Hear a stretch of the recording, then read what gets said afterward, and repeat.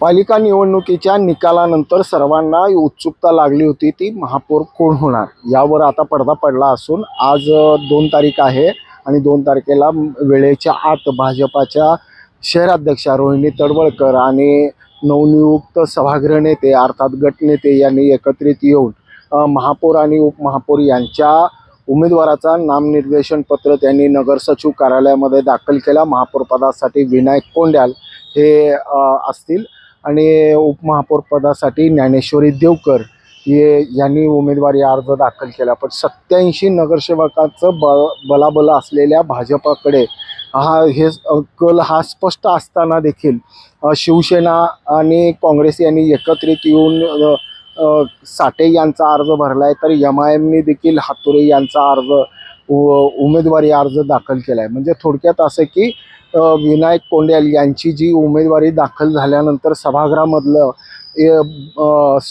स्पष्ट बहुमत जरी राहिलं तर बिनविरोध होता कामा नाही, लोकशाही जिवंत राहिली पाहिजे या हेतूनं किंवा ह्या विचारानं ह्या शिवसेना आणि काँग्रेस आणि MIM पक्षाच्या नगरसेवकांनी महापौर आणि उपमहापौर पदासाठीचे नामनिर्देशन पत्र दाखल केले।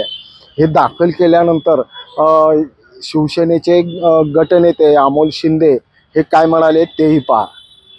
प्रियदर्शन साठे यांचा महापौर पदाकरता उमेदवारी अर्ज भरलेला आहे। त्याचबरोबर प्रियदर्शन साठे यांचाच उपमहापौर पदासाठी सुद्धा आम्ही अर्ज भरलेला आहे। मला आज आमच्या पक्षाकडून उमेदवारी मिळालेली आहे, शिवसेना पक्षाकडून, आणि जर संधी मिळाली तर नक्कीच सोलापूरसाठी चांगले काम करेल। ज्यावेळेस आम्ही काँग्रेसचे गटनेते चेतन नरोटे यांचीही प्रतिक्रिया घेतली, त्यावेळेस ते म्हणाले की लोकशाही जिवंत राहिली पाहिजे, ह्या एकमेव कारणासाठी आम्ही ते उमेदवारी अर्ज दाखल केला आहे आणि एकनाथ शिंदे आणि काँग्रेस ही एकत्रितच सभागृहामध्ये दिसेल अशी देखील प्रतिक्रिया व्यक्त केली। काय मागची एकनाथजी शिंदे साहेबांच्या पक्षाकडून शिवसेनेकडनं प्रियदर्शनी साठे साहेब यांचा या ठिकाणी आता फॉर्म भरलेला आहे आणि महापौर आणि उपमहापौर हे दोन्हीकडे अर्ज भरलेला आहे।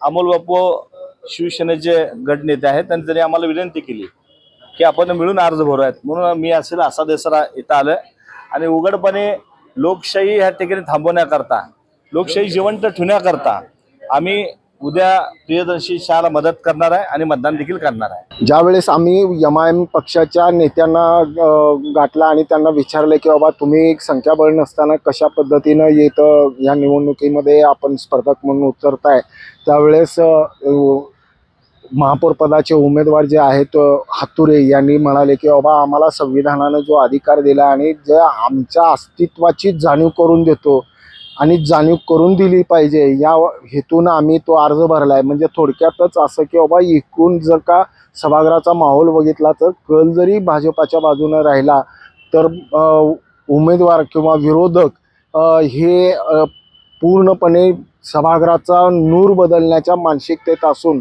लोकशाही जिवंत राहिली पाहिजे ह्या एका शब्दाखाली विरोधक हा एकवटण्याची शक्यता दाट वर्तवली जाते। ते महापौरची संख्या असो किंवा नसो, जे संविधान आम्हाला अधिकार दिलाय त्या संविधानाचा अधिकार हे करून आम्ही निवडणुकीसाठी आम्ही समोर गेलो। महापौरसाठी मी आणि उपमहापौरसाठी आमचं शेख आसिफ पिरमत शेख। भाजपकडं संख्याबळ आहे, त्यांचं निवड होण्याची जवळपास निश्चित आहे, असं असताना केवळ बिनविरोध होऊ नये म्हणून ही खेळी केली आहे। नाही, खेडे नाही, हे आमचा हक आहे उभारण्याचा समोर, ते आमचा मौजूदगीचा अहसास व्हा म्हणून आम्ही हे केलं। ब्रेन न्यूज करता यासिन शेख, मी नितीन पाटील।